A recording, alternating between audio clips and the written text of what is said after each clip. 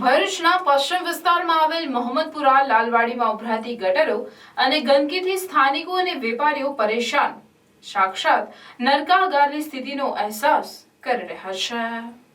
ચોમાસાની શરૂઆત સાથે જ ભરૂચ પાલિકા તંત્રના તમામ દાવાઓની પોલ ખુલી ગઈ હોય તેમ ઠેર ઠેર ગટરો ઉભરાવાની અને ગંદકીના સામ્રાજ્યથી લોકોનું જીવવું દુષ્કર બની રહ્યું છે।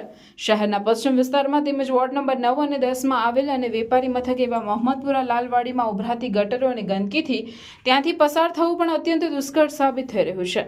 સમગ્ર વિસ્તારમાં ગટરના પાણી ઉભરાઈ રોડ પરથી વહી રહ્યા છે। તે ઉપરાંત ગંદકીનું પણ સામ્રાજ્ય જોવા મળી રહ્યું છે।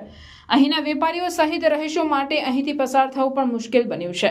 વારંવાર પાલિકામાં આ અંગે રજૂઆત કરવા છતાં વિસ્તાર પ્રત્યે ઓરમાયું વર્તન કરવામાં આવતું હોવાના આક્ષેપ અહીંના રહીશો કરી ધાર્મિક સ્થાનોમાં જેવા કે બાળકોને સ્કૂલમાં જવા પણ ભારે મુશ્કેલી પડી રહી હોવાનું જણાવે છે। અહીંથી પસાર થતા લોકો નાક દબાવી પસાર થવા મજબૂર છે તો રહીશોને રોગચાળાની દહેશત સતાવી રહી છે। પાલિકા તંત્ર દ્વારા રહીશોના આક્રોશને ધ્યાને લઈ આ શિરોવિદના સમાન બનેલ સમસ્યાના નિવારણ માટે ક્યારે કાર્યવાહી કરે છે તે જોવું રહ્યું। હું વોર્ડ નંબર 9 અને 10 નો રહેવાસી છું। અમારો એરિયો આવે છે મોહમ્મદપુરા વિસ્તારમાં લાલવાડી કુંભારિયા ધોળાવ। આ એરિયામાં ગંદકી છે, ફૂલ ગંદકી થાય છે, ગટરનું પાણી નીકળે છે, રસ્તા નથી બનાવવામાં આવતા। અહીંના જે વેપારીઓ સંગઠનો છે એમને બહુ તકલીફ થાય છે, અહીંના રહેવાસીઓને બહુ તકલીફ થાય છે। મસ્જિદમાં નમાઝ પઢવા જવા માટે બી તકલીફ થઈ રહી છે।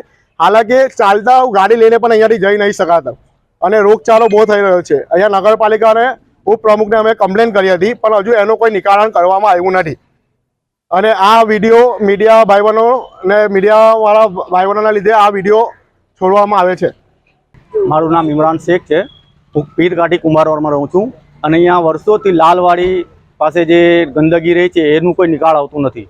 અહીંયા કાયમી માટે કચરો રહે છે અને 12 મહિના પાણી વહેતું રહે છે। રોડનું કામ પણ થતું નથી અને સ્કૂલમાં આવવા જવાવાળા બચ્ચાઓને પણ તકલીફ પડે છે, મસ્જિદમાં નમાઝ માટે આવવા માટે તકલીફ પડે છે, અહીંયા મદ્રેસો ચાલે છે ત્યાં તકલીફ પડે છે। એવું લાગે છે કે આને બાયકોટ કરી નાખ્યો છે કુંભારવાડને। ન 9 નંબરવાળા આવતા નથી 10 નંબરવાળા આવતા। આ બધી પરેશાનીઓ માટે અમે પ્રમુખને અરજી પણ કરી છે પણ તેનો કોઈ નિકાલ આવતો નથી।